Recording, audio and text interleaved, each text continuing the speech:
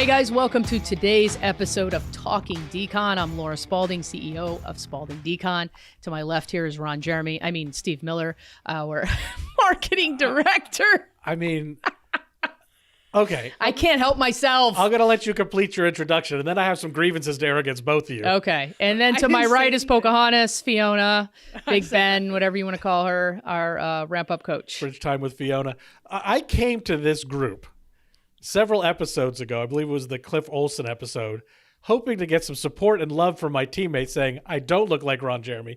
And then you guys immediately beat me down for it and said I do look like Ron Jeremy. Evan, I'm looking at you, the editor, then puts an overlay of Ron Jeremy on. If you haven't seen the episode, go back and watch it. I'm not saying it's not funny. I am saying now that this joke has left this room and YouTube and is now following me around my life, and including my girlfriend now calling me Ron. So thank you for, she never did before, if that's telling you anything. She never did before. Okay, there's some role play action going on. If she wants to role play as Ron Jeremy, I may leave her. Oh, yeah, that's if she's true. Like, I never realized that's who I'm really attracted to, I'd be Tell her to skip the jail part, though, and all that. Yeah, outside of that. So, hey, they say I look like Rosie O'Donnell. I don't see that resemblance at all.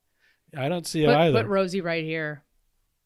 Just because we're both queer does not mean we look alike, you know. And Evan, put a picture that does look like her. Nothing short hair. I think he can find something. Oh, try it. Steve's gonna find it. I'm gonna find a picture of Maybe Rosie in '85. I don't know. Look at you, like you're saying, like, oh. Well, she's quite a bit older than I am.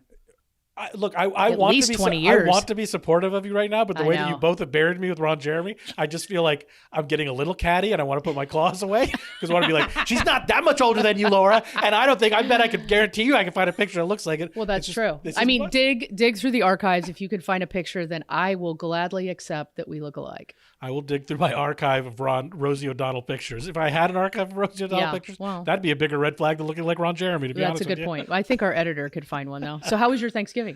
Oh, it was great, man. It was super mellow. We stayed in Tampa, so no traveling for us, and went to my girlfriend's parents' place. They're super cool.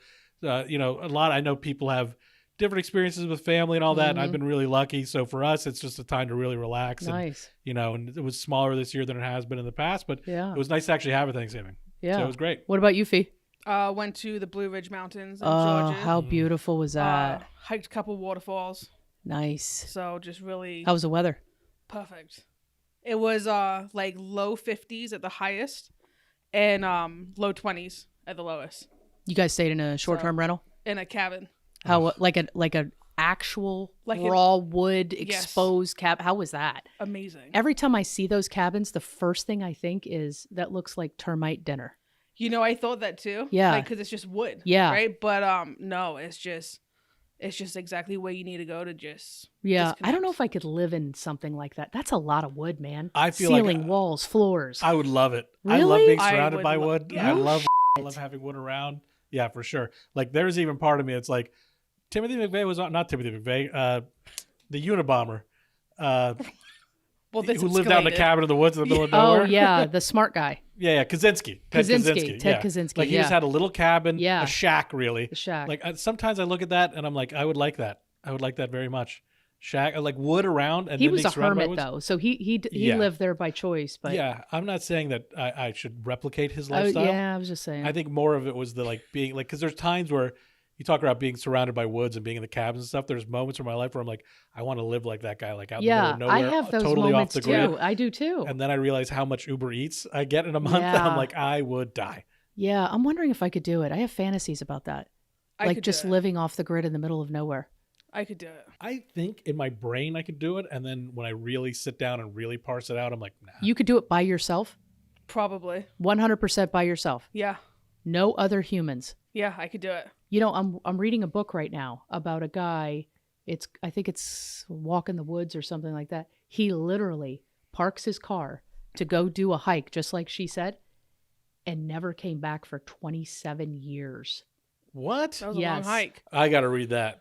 That's how long it takes me to go to a mile. I'll pass it on when I'm done. And the story is pretty incredible. The way it's written, I'm not a big fan of the way it's written, but the guy just literally was like, F it. Like everybody reaches their point, I guess. And he just walks in the woods in Maine. It lived in the winters in Maine. Yes. Did he build it? Like, was he moving constantly? No, or did he build, never moved at all. He built himself a little place. He built himself a place. man, I don't know what it is. Like, I know, like, after about a month, I'd be like, I'm going crazy. I need to get back. I think I would freeze to death. Yeah. Oh, I know for sure. But he's living off the land, hunting, fishing. Off I'm of guessing. the land. Guess how he got discovered? He was breaking into some houses and businesses nearby to steal some more clothing and food. Okay. So that's how he got caught. And then when they put him in prison, it really with him because his mind, he's free went from the of exact everything. opposite. He went and now he's in a cage. So I haven't finished it yet, but that's kind of where I'm at. That's a cool story. Yeah, it was a bestseller. I love going into bookstores and just finding this rare, random and reading it. Yeah. Yeah. Please share that with me. But enough about my fantasies. Yeah. What do you got for us today? All right. So at the person we're talking about today, at the time of his death, he was the longest serving inmate in the Oregon Department of Corrections. He was a serial killer. He was a necrophile who murdered 4 women in Oregon during the 1960s. He was known as the Lust Killer, as the Shoe Fetish Slayer. We're talking about Jerome Jerry Brudos. Brudos was recommended by one of our viewers, Alexandra Ball. So, Alexandra, thank you so much for the recommendation. Whoop, whoop. Yeah, thank you for the super disturbing story. The sources for this episode are Murderpedia, Biography.com, and Wikipedia.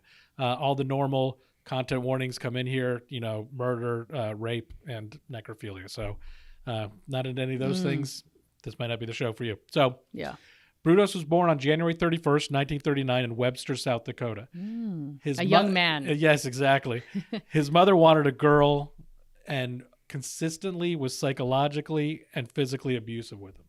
Right? So like she had there decided, you go. Yeah. And, long-term effects. Yeah. They didn't I couldn't find any details as to what exactly the abuse was, but some sources cited it as being neglectful and mean. Others used, stronger wording like physical abuse. But apparently she was super disappointed that she had a boy. So she probably dressed him up in girls' clothing and she may have whether or not she did or didn't. He certainly got a taste for it because God, that's gotta the kid. When he was 5 years old, he was in a junkyard just playing around. I don't know if it was a family friend's junkyard. I'm not sure how he wound up in a junkyard. But he found a pair of high-heeled shoes. And he became super duper fascinated with them. Was wearing them, was walking around in them. And his mother found him wearing the shoes. She took him away and destroyed him. She's like, no, like this isn't what you do. Oh, maybe I'm wrong then. Which it's sort of weird, right? It's like, like I wanted a girl, and then this young man's like finds high heel shoes, becomes obsessed with them, and then destroys those. So I don't know what the psychology is there. That's so weird because I don't want to be within 10 feet of high heel shoes. I've put them on. My legs look pretty good in heels. I ain't gonna lie, but you wear heels? I've done it before. No shit, everyone does. Oh my! My legs look good in heels. But I would break my ankle. Not to. What level of hoard could you clean out in heels? 0. That'll be the next episode.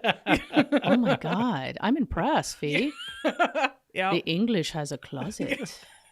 I have worn high heels several times. Yeah. And I don't know how anybody has ever done it. I don't know either. It's a nightmare. I don't know either. And drag queens are the most impressive people ever. Oh, they absolutely. do backflips. Those are like 5-inch stilettos. Yes.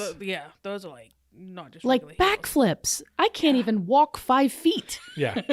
In one. It's one of those things that as a man, if you've never put a pair of high heels on before, do it sometime. Do it for some respect. Do it sometime. Yep. And then go, what has been happening here forever? Between the corsets and the high heels and the makeup. Men, this shirt doesn't smell. We're good. I'm out the door. It's got to be a cultural thing, though, because there's absolutely no reason why someone should wear a shoe that looks like that. No. It's bad for your feet. It's got to be horrible for your posture, and it's definitely not comfortable. It must be just strictly sex appeal. It has to be. What else could it possibly be? I move quicker in high heels. Yeah. Yeah, exactly. I like to tiptoe around. Yeah. I like to sound like a Clydesdale. Yeah, exactly. Okay, so she takes the shoes away. She destroys them in front of him, makes a big deal about it. But his fetish for women's shoes continued to grow. In fact, he reportedly attempted to steal the shoes from his first grade teacher. In addition to having a fetish for shoes, Brudos also had a fetish for women's underwear and claims that even as a young man, he would steal underwear from female neighbors as a child. He spent his teen years in and out of psychotherapy and psychiatric hospitals, right? Oh, so that means that mom must have allowed him to get some type of therapy, right? Well, here's the thing. These weren't necessarily voluntary trips into these facilities because as a teenager, he began stalking women and he would knock them down, choke them unconscious, and then flee with their shoes. So he would As a teen? As a teen. Isn't there two types, though, of shoe fetishes? One, you want to wear it, and the other one, you want to masturbate into. Yeah, well, the nice thing about Brudos is that he was really into both. Oh, okay. Yeah, he was, he did Equal it all. opportunity guy. Yeah. He didn't discriminate. No, for sure not. You can have my share. At 17, he abducted and beat a young woman and threatened to stab her if she didn't follow his sexual demands, which were, taking pornographic pictures of her, dressing her up in different outfits. One source wrote this up as the fact that at 17, he dug a hole and kept girls in there as sex slaves. So I'm not there's a little bit of ambiguity, but either way, at the age of 17, he did something very egregious. And shortly after being arrested, he was taken to psychiatric ward. So he was strictly a sexual deviant. I want to know how big his hole was. Because we've talked to some people that were just killed for the thrill of killing. This guy has a sexual motivation. It is very tied into his sexuality. Absolutely. And we see this even in all the actions that he takes, because after his murders, he'll dress up in the high heels, he'll dress up in the clothes, and he'll masturbate. So it is really it is his sexuality for sure. So I sort of had the same reaction when you said, how big is that hole? Yeah. So that one source that mentioned that he was that doesn't sound believable to me. You're digging a hole and you're keeping sex slaves in it. That's crazy. So the other one makes more sense to me. He abducted this woman, brought her into a garage, and abused her. Like I said, shortly after being arrested, he was taken to a psychiatric ward of an Oregon State hospital where he served 9 months. So he's abducted somebody. He's shown a clear pattern of having a real issue, and then he gets in for 9 months. So there it was found that Brudos' sexual fantasies revolved around his hatred towards his mother and women in general. So now he's starting to get into some psychiatric mom did help. Something here. Yeah. Mom treated him some way to spark this behavior. Oh, absolutely. You don't just come out of the womb, killing people and having that be aligned with high heels and women's underwear. And something happened. I wish these people would talk. He was apparently pretty close-lipped after his confession, because he did confess. Right. But after that point, he wouldn't get into too many details, from my understanding. Okay. However, there are some books, so he must have talked to somebody somewhere. He underwent, during a psychiatric evaluation, he was diagnosed as being schizophrenic. Despite being institutionalized, he did graduate from high school with his class in 1957. So he stayed on target. He graduated.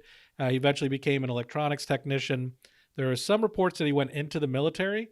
Some places, so this is still kind of vague, which again seems weird to me, because military, if they're nothing, they're great with record keeping. Oh yeah, you know absolutely. what I mean? So, and then some of the reports says he was discharged for his bizarre obsessions, which sort of makes sense. And as we learn more about this guy, it wouldn't be surprising to me if he couldn't keep this thing under wraps. Yeah, I can imagine him being in basic training, oh man, give me your boot. Look at that high heel over there. Yeah, look at that high heel over there, Mike. I want it. What are you talking about, bro? Around the age of 22, he married, and the couple had 2 children. Despite this domestic life, Brudos definitely began to continue to explore his fetishes. Okay, hold on a second. How is there a young woman who has no ability to read or have sixth sense to say this guy is a fucking psychopath? Oh no, I'm going to marry him.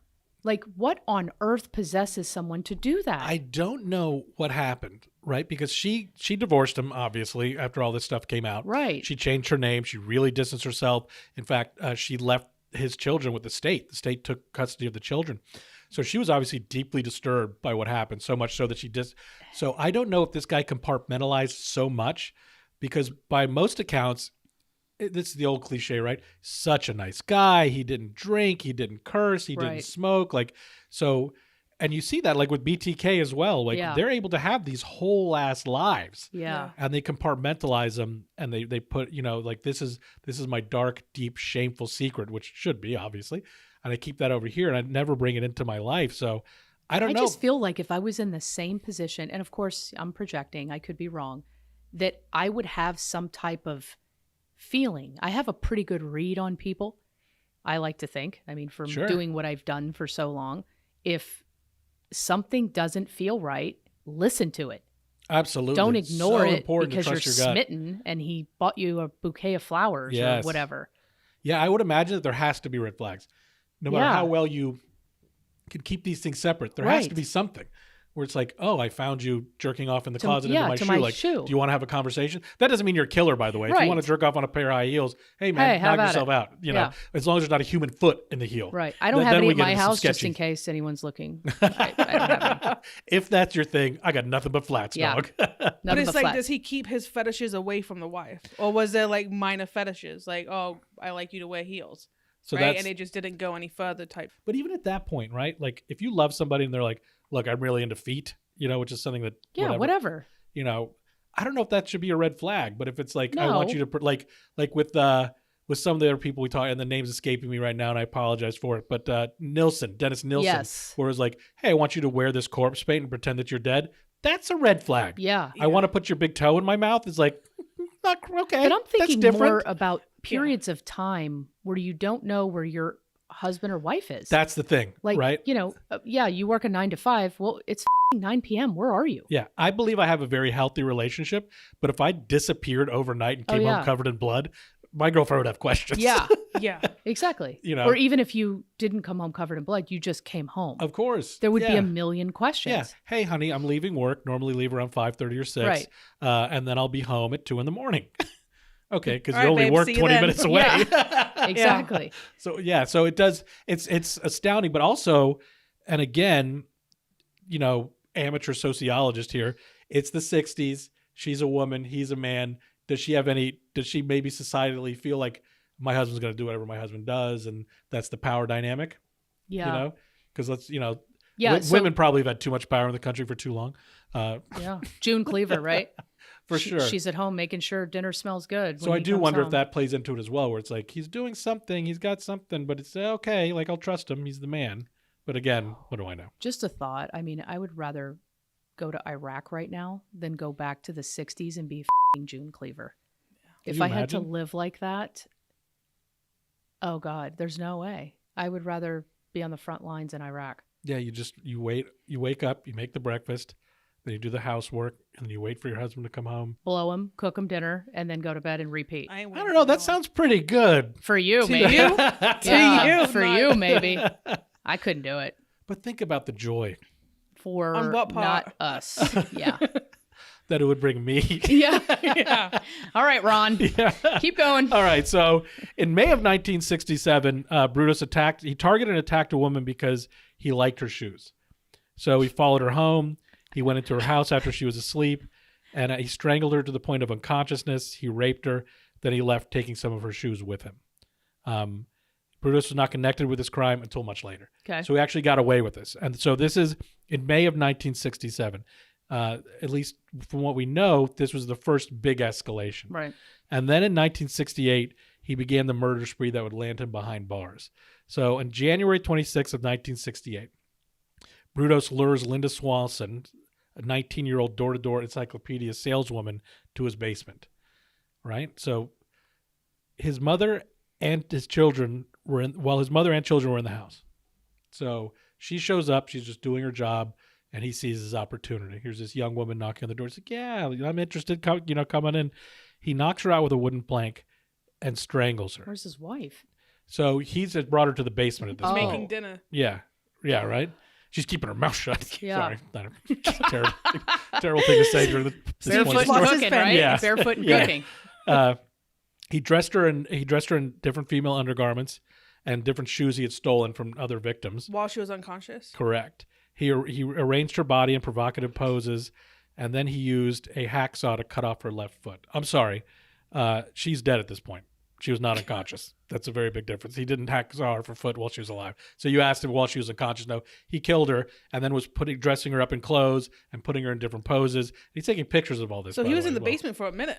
Yeah. Oh, yeah, he was down there. And this come down here. This also sounds like it wasn't planned. So it's like, oh God, how do I clean this up? Right. Exactly. Why would you cut off the foot? 1 foot. Well, he kept that in the freezer, and he used that to model his collection of high-heeled shoes. Must have been a nice foot. June Cleaver wasn't going in the freezer to get out some ground meat? I'm imagining that the basement freezer is probably different. Like, I'm sure that there's probably rules in the Brudos home of places where daddy goes. Oh. What did he do with the body? He dumped that in the Willamette River. Okay, so he had to bag it, get it upstairs. Yeah. And say, I'm going out for a bear. Yeah. Taking the trash out. Just me and this big carpet, this big heavy rolled up carpet. Don't worry about it. So then on November 26, 1998, so he goes about 11 months here. Susan Whitney, she was 23. She was driving. Her car breaks down.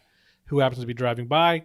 Brudos, right? Talk about bad timing. Yep. He offers to drive her to his home so that she can call a tow truck there, Mm-hmm. And this is one of those things where I just feel like even this day and age, I don't think anybody would do that. Luckily we have cell phones now. We don't have it. I was going to say, can I get in a time machine and give her my iPhone? Yeah, exactly. Yeah. Don't get in the car. Don't and it's like, do it. Yeah. And I think that all these stories and all this stuff that happened in the 60s and the 70s is just like, it changed our society. Oh, big time. Like, you don't even see kids playing outside anymore because of all the child molesters. Yeah, exactly. So while still in the car, supposedly driving him back to his house, he strangled her with a leather strap and he raped her. It was discovered he raped her after she died, post-mortem. Yeah, correct. He brought the body back to his house, kept the body hanging from the pulley in his garage for several days. Again, so we're coming to this weird place where he has a family at home. Where are you? Yeah, he has a family at home for several days, during which he dressed, photographed her, and had sex with her. So it's like, don't go in the garage or the basement. Yeah. But you can go in the garage, just not the garage. Yeah. But like, how do you just have a body hanging? Well, how? Okay, how to be that? Is she okay really unaware? It's a great question, and for me, I can't imagine that you would be. There's got to be a smell at this point too. I mean, no one farts in my house without everybody knowing about it. But between the kids and the wife, someone's bound to go in there. Exactly. One would imagine. But if you're scared of your father, if your father's laying down the rules and saying you don't go in here, I do it anyway. But of course that's me. Would. The curiosity. Yeah, the curiosity. Well, you started an entire empire because somebody told you couldn't have a loan. Good point. Point taken. Okay. I don't fit June Cleaver. Okay. 50 locations later. Tell me I can't do it. I will do it. Exactly. So did the same deal, dressing her up, photographing her, having sex with her. This time, however, instead of cutting off one of her feet, he cut off one of her breasts. Ooh. And he made a resin mold of that, which he would use as a paperweight. So he kept a mold of her breast. He didn't have to cut it off to make a mold. Yeah, you could have just made a mold. Yeah. Don't they do that? I like the efficiency is your problem with okay. this. Those things are so cool. Have you ever seen those in a restaurant before? They're typically hanging on the wall. They're molds of pregnant women's bellies. They're beautiful. Yeah. But they're made out of clay or something like that. Yeah. Yeah, you don't have to cut it off. No, you don't have to. It's just easy. There's a lot of things in this story that don't have to be done. That's a good point. We're far too efficient for this. Yes. Afterward, he tied the body to a piece of railroad iron and threw her again into the Willamette River. And also at this point, he threw away Slauson's foot, which had been rotting. Oh, he finally threw her. Yeah. Even though it was frozen? Yep. Well, he kept taking it out, right? To mold the shoes. In and out, melting, defrosting. Yeah. Then on March 27th, 1969, Brudos abducts Karen Sprinker, 18. He kidnapped her at gunpoint from a parking lot outside of a department store. So we're seeing this escalation. Now, the first two, it was, somebody showed up to the door, and then, this person's broken down. Now we're actively out hunting, right? Yeah. We got a gun. We're trying to pull somebody in. During this attack, Brudos was dressed in women's clothes. He brought her to the garage, made her try in his collection of undergarments, and posed while he photographed her, raped her, and strangled her. Alive. This is still alive, okay. Yeah. And then he strangled her by hanging her from the neck from a pulley. Also in his basement. The garage. So she's alive, presumably screaming. Yeah. Where's June Cleaver once again? Yeah. He may have killed her again. Maybe, because it says here he strangled her by hanging her the neck from a pulley. So, reading a couple different sources on this, it's sort of, at the end it mentions that he's strangling her and killing her, but maybe he must be killing her up front because of the screams alone, right? There's certain things you can overlook where it's don't come in the garage. Well, how do you get a screaming woman into your garage in the first place? Well, if you strangle them unconscious. Okay, so you and then no one notices it? It's again, I don't get it. I don't have the biggest home in the world. I need to interview June Cleaver here. Yeah. Brudos had sex with her body on several occasions and again cut off her breast to make plastic molds. Ugh, that hurts. Afterwards, when you said that. Tied the body to a 6-cylinder car engine and threw it into the Willamette River. Okay, do you know how heavy that is? A 6-cylinder car engine? He's a big dude. Is he a big guy? He's a big guy. He's a big, strong guy. But he must have had equipment. This is he's moving these bodies. He's using all this heavy stuff to weigh the bodies down. Where is he getting it from? A car. but like that's not just parts you have lying around, right? Like you don't just have a piece of railroad track. Right. But wait, correct me if I'm wrong. When you take your vehicle to the mechanic and say you need a new engine, I have seen them remove it with a pulley system. Pulley system, sure. How the is he taking an engine and a human body? It's a great question. And what car did he drive? I don't know the answer to that. I'm sorry. I wonder if it was a truck. Because they would have put it on the back. I think it was a 2022 Ford Bronco. It's because it's a Ford. Yeah, that's what it was.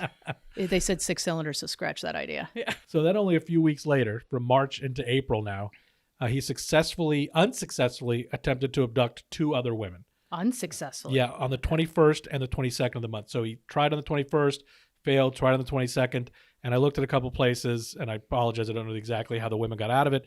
But then on the 23rd, so now he's like, right, he's ramping up. On the 23rd, he successfully abducts 22-year-old Linda Sally. He brought her to his garage where, again, he raped her, strangled her, and played with her corpse. He decided not to cut her breasts off because they were, quote, too pink.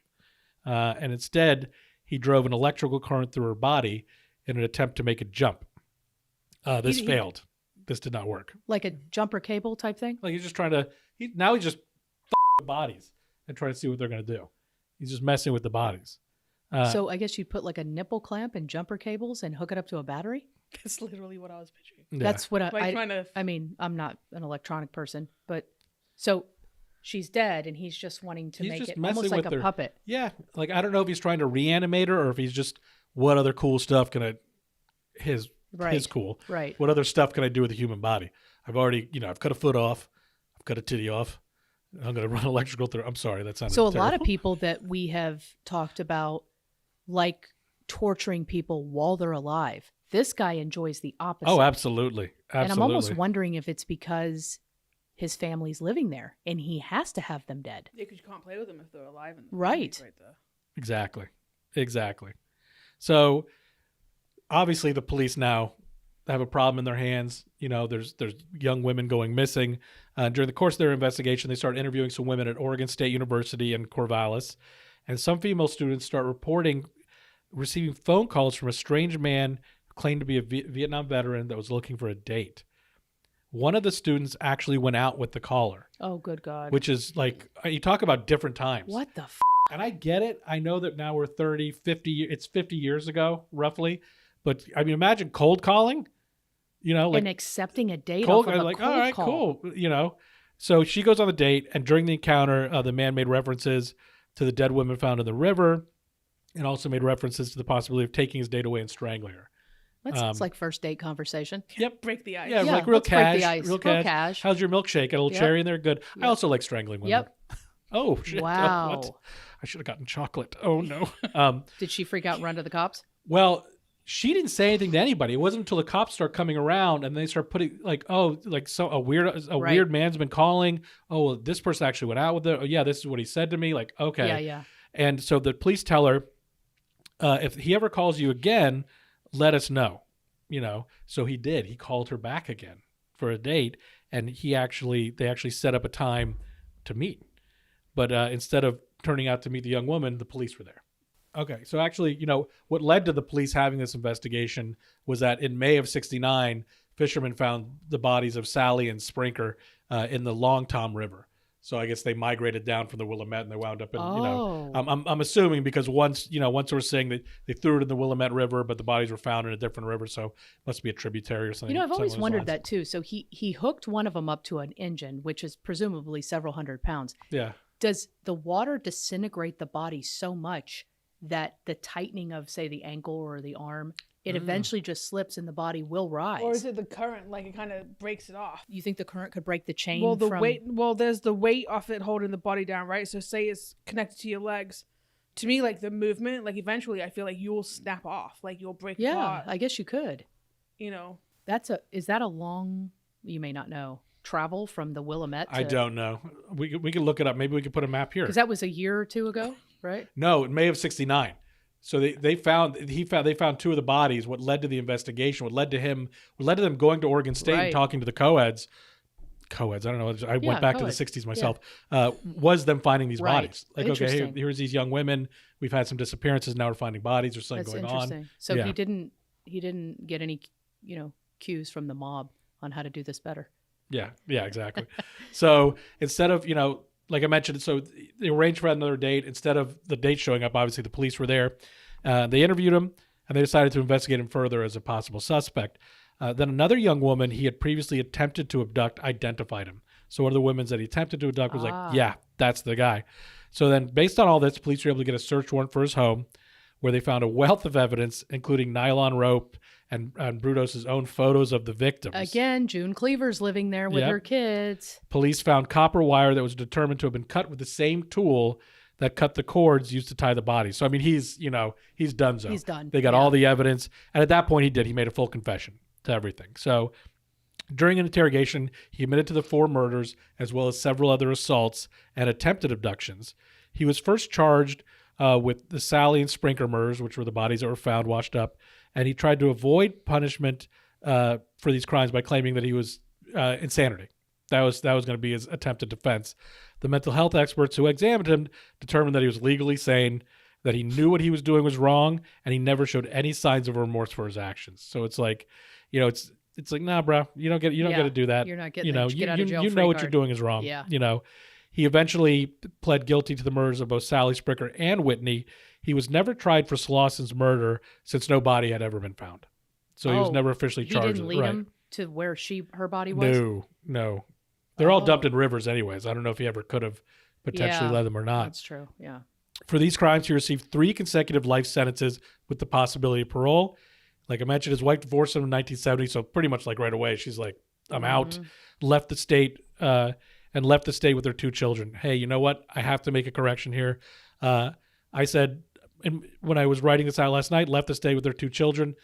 I had transposed 2 words in my mind, left the children with the state.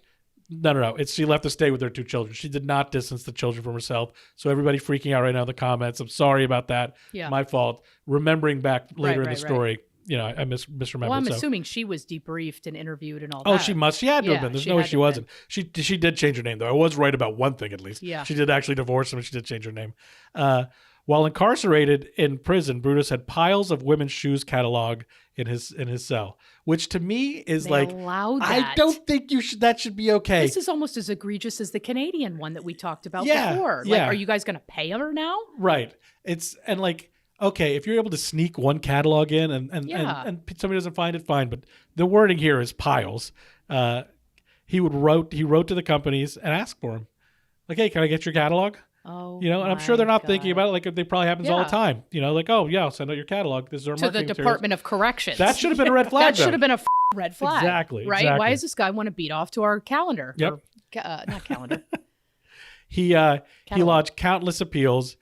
This is amazing, the balls on this guy. He lodged countless appeals, including one in which he alleged that a photograph taken of him with one of his victims' corpses could not prove his guilt because it was not the body of a person that he was convicted of killing, right? So, they're bringing in all this evidence, and one of the evidences is a photograph of him with somebody's corpse.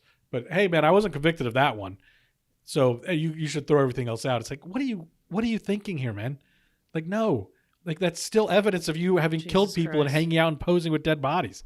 And they say justice is working. Oh my God. However, we give parole boards and a lot of the institutions sometimes a lot of guff. Apparently I'm a 90-year-old man. A lot of guff on this, and understandably so. But this time they really got it right. In 1995, the parole board told Brudos that he would never be released. I think they still legally had to keep giving him parole hearings because there was something about something in 2005. Again, I want to be on that board. Yeah, but I love the fact that they told him, hey, bro, no, you're never getting out. Yeah. So what's the point? You keep coming back here. I need to know what I need to do to be on that board. Because he did at one point say, hey, I've been in here for a while now, and I'm doing much better. Oh, of course I've gotten a lot of psychiatric treatment. You have no access to women or high heels. Yeah, and he referred to the parole board's decision as vengeful. It was vengeful for them to say, I'm never going to get out. It's the fact that he's living and breathing. Yeah. He should consider a bonus. Yeah. He should be in the pit games. Oh, he's okay. I'm on board for the pit games finally, with Brudos. Finally, we get him on board with my pit games. Okay. Brudos did die in March 28th, 2006 from liver cancer. Hopefully a very painful form of cancer. Very painful. The time of his death, like I mentioned at the top, he was the longest incarcerated inmate in the Oregon Department How long of Corrections. was he in? He was 37 years from 1969 to 2006. So there's no justice in this. There's no way to ever get justice for the things that this guy has done. But at least he actually stayed locked up for 37 years. And at least along the way, somebody goes, "You're never getting out, dude." Like, I don't know about you guys, but I'm still not buying the wife.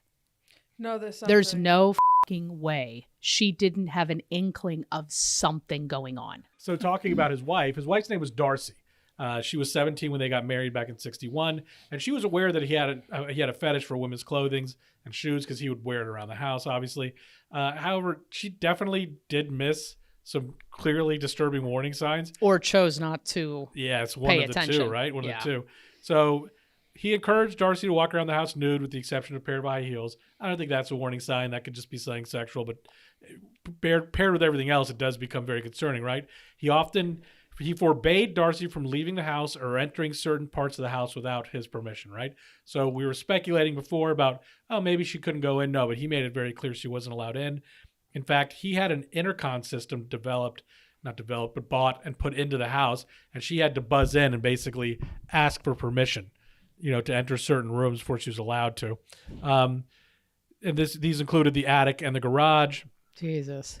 When questioned by police, Darcy said she never heard anything unusual coming from any of the rooms.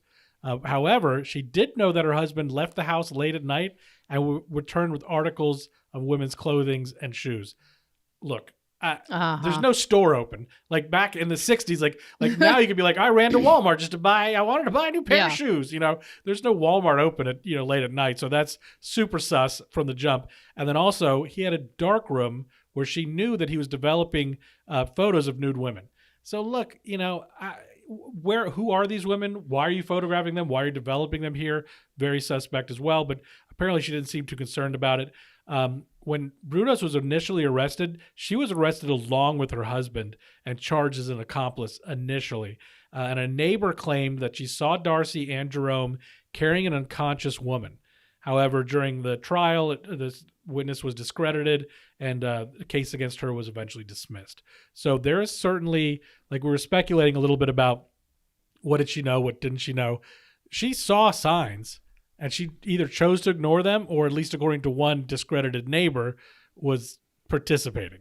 Yeah, and I think there's some evidence or questions that maybe she had some mental health issues of her own, and she was kind of coined as a very obedient wife.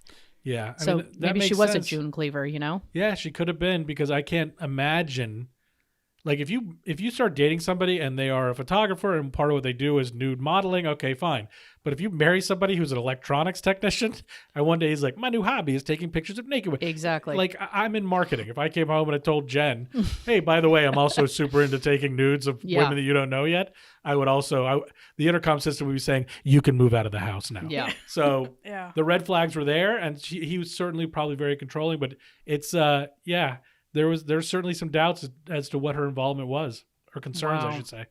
That's interesting. I think she should pay the same price, but we don't know if she's dead or alive. She changed her name. She's disappeared. Yeah. Nobody knows where she is. Which is great for the kids. Yeah, good for the kids. Yeah. Hopefully they were able to live somewhat of a normal life. Yeah, for sure.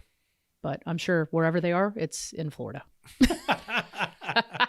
It always is. But I also think the reality is, the three of us having this conversation are pretty fiercely independent people. Yes. And we would never allow ourselves to be in a situation where it's like, this is your home. I want you to be as comfortable as you can be, but never go in the garage, never go into the basement. Don't ever go into this cabinet. Be like, I'm out of here, bro. Yeah. But maybe, somebody passive enough. Look, I've convinced myself that I don't have a problem with sugar. People can convince themselves of just about anything. Good point. So maybe it is just a situation. Maybe she was just one of those submissive wives that just look the other way and did as she's told. And well, that's just Jerry. That's just my Jer. And Jerry, I have to ask, does he have a 5-finger forehead? Well, early in life, he looks like a character from Leave It to Beaver. Okay. He's got a rather large forehead. By the end of his life, it's there all you gone. Go. So yeah. Scientific, right here. Yeah. Evidence. So wow. That is the story of Jerry Brudos. Jerry, you're a sick and we're glad you're dead. The high heel killer, absolutely. And thanks again to Alexandra Ball. That was a good one, Alexandra. Thank you. That was, and I hadn't heard of that one. And for all serial killers out there, I guess if you're going to do it in Oregon, because they will apparently just, feed you, educate you, and give you free health care and send you as much catalogs and mail as you want. Yeah, he did receive at least 2 college degrees while he was locked up, and he was at one point working towards his third. I don't know if he ever got the third or not. And what was the degree in? Oh my god! I don't have that. And He's I will say, a radiologist or something. I'm all for prisoners having the ability to go and continue their education, so when they come out, they have something to do with their lives. But I'm talking about people that make minor mistakes. I'm not talking about this. Why is this? Like you are broken. No, what I don't understand is why is the general law-abiding population having to literally go bankrupt to afford an education to better themselves, and this sack of shit gets 2 free degrees. Yeah. And probably a ton, like millions of dollars in healthcare if he had liver cancer, right? Oh, but yet of course. There's people in this country that are refinancing their house, losing their homes, losing their jobs because they can't afford chemotherapy. Yeah, healthcare is the number 1 cause of bankruptcy in this country. It's absolutely bullshit. And it's not fair at all. So you're giving these are essential human rights for inmates, but the rest of us basically we're on our own. Yeah, it's I'll never understand that. It really is. Yeah, that juxtaposition makes 0 sense to me. I was traveling in Europe a couple years ago, and they obviously heard my accent that I was American, and they one of the comments, I believe I was in London or in Scotland, one or the other. They said, "Why does your country hate you so much?" And I thought she took me back. I didn't know what she was referring to, and I go, "What do you mean?" And she goes, you guys don't get anything. You don't get, parental leave. You don't get health insurance. We get all that because it's important for our people to grow and be healthy and all this. And she said it from their perspective, it looked like we were being treated as essentially enemies. Sure. Well, it's like there's a real philosophical difference between what European countries think that their government should provide versus what the U.S. thinks that their government should provide. And there's arguments to be made on both sides whether or not private health insurance is better than public health insurance. But I do think that our government should provide a lot more for the citizens. Absolutely.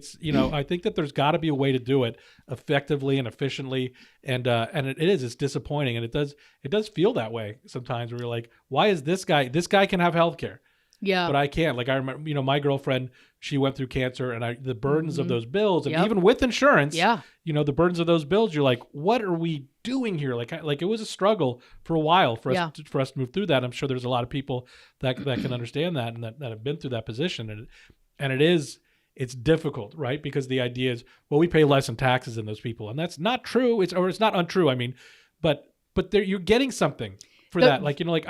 I look around, and Tampa's infrastructure ain't great. Tampa's schooling ain't great. No. We have a strong military, and that's super important. So it's like, okay, I understand where that money's going, but there should be something. Like if I kept walking into a restaurant and I never got what I wanted, like I'd be like, I'm paying too much money for this. I had a friend of mine, like you were talking about traveling in Europe. A friend of mine's a musician. He was traveling in Germany, and the pandemic started, and he was there. He got locked in. Luckily, he had fan base there, and his girlfriend actually lived there. He paid, I think it was $30 or $60 for several months, and that covered his health insurance. So he's like, while I'm here, I have better health care than I did in the States, and it cost me $30. Yeah. Or whatever. It was something ridiculously low like that. So I do think we can do better when it comes to healthcare in this country. Well, the problem is that, you'll have one side saying, we don't want our taxes to go up, so we don't want to pay for that. Sure. But here's my argument on it, is that we can afford it. It's that we are spending money on BS shit. Oh, yeah. Like this guy's healthcare. Yes. Like this guy's healthcare. Yeah, exactly. And other just fat that we're spending money on. And if you allocate that to educating and healthcare of your people, it can only improve your society. I think so. And I don't look at it as a not a funding issue. I look at it as you're putting the money in the wrong spot. Yeah, agreed. The money has to be there. It is there. Yeah. I mean, we pay an exorbitant amount of taxes. And there's an argument going around that owning a house is actually a huge liability. It's never an asset because you never really own that house. So if I buy this computer, I pay taxes on it one time. Right. If I buy a house, I pay taxes on it every single year. Right. So I'm getting taxed for 30 years on the same purchase I made one time. Interesting. How is that fair? That's also different in other countries. They don't have that. Right. So we are very highly taxed. We also spend more money on military than any other country. Yeah, far and away. Yeah. far and away. There's a middle ground, and I don't even think, to me, and maybe people will disagree, and that's totally fine. We should disagree, as long as we're keeping it civil. To me, there's a middle ground. There's a way. Like, it doesn't need to be right, left, Democrat, Republican. Like, I think we all agree we want a strong military. We want healthy citizens. We want well-educated citizens. Right. We just disagree a little bit on how we're going to get there. Exactly. But I think everybody in this country feels like we need some changes. Some real substantial ones. We just disagree with what maybe those changes are or should be. Yeah, and I think, in the last 20 years, we've been surpassed in terms of other countries have, evolved far more than we have. You travel outside of the States, which I haven't done extensive amount, but I've been lucky enough to do some. I mean, our infrastructure is a mess. Yeah, it's roads in this country are a mess. It's a mess. And you go overseas and you're like, I was traveling in Scotland, like you mentioned Scotland. We were on these back roads in the Highlands. Yeah. And there's no pothole in sight. No, you know what I mean? There's none. And there's also no people in sight. But I mean, these are places that are in extreme weather. It's like, I drive in Florida and I'm hitting 1 million potholes. And I know population density and all that stuff. But yeah, man, it's hard when you read this. Yeah. It's hard when you read, this person received two college degrees and public subsidized healthcare. And what did he do to get these things? He murdered at least 3 women and abducted and abused countless others. And meanwhile, I look at the cost for colleges for my stepson right now, and I'm like, oh, cool. Right. Maybe it's like you have to take out a second mortgage just to be able to do it. Yeah, I agree with you completely. So there's got to be a lot of changes here. Yeah, definitely. The first thing should be the pit games. Absolutely. We start with the pit games. Anyway, thanks for watching today's episode, guys. Don't forget to hit subscribe and follow us on both TikTok and Instagram at Crime Scene Cleaning. Have a great day.